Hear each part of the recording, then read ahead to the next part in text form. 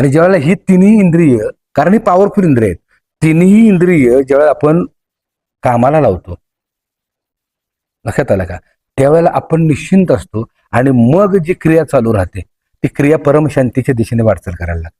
आता ही जी इंद्रिय आहेत, ही इंद्रिय हळूहळू हळूहळू त्यापासून दूर होतात.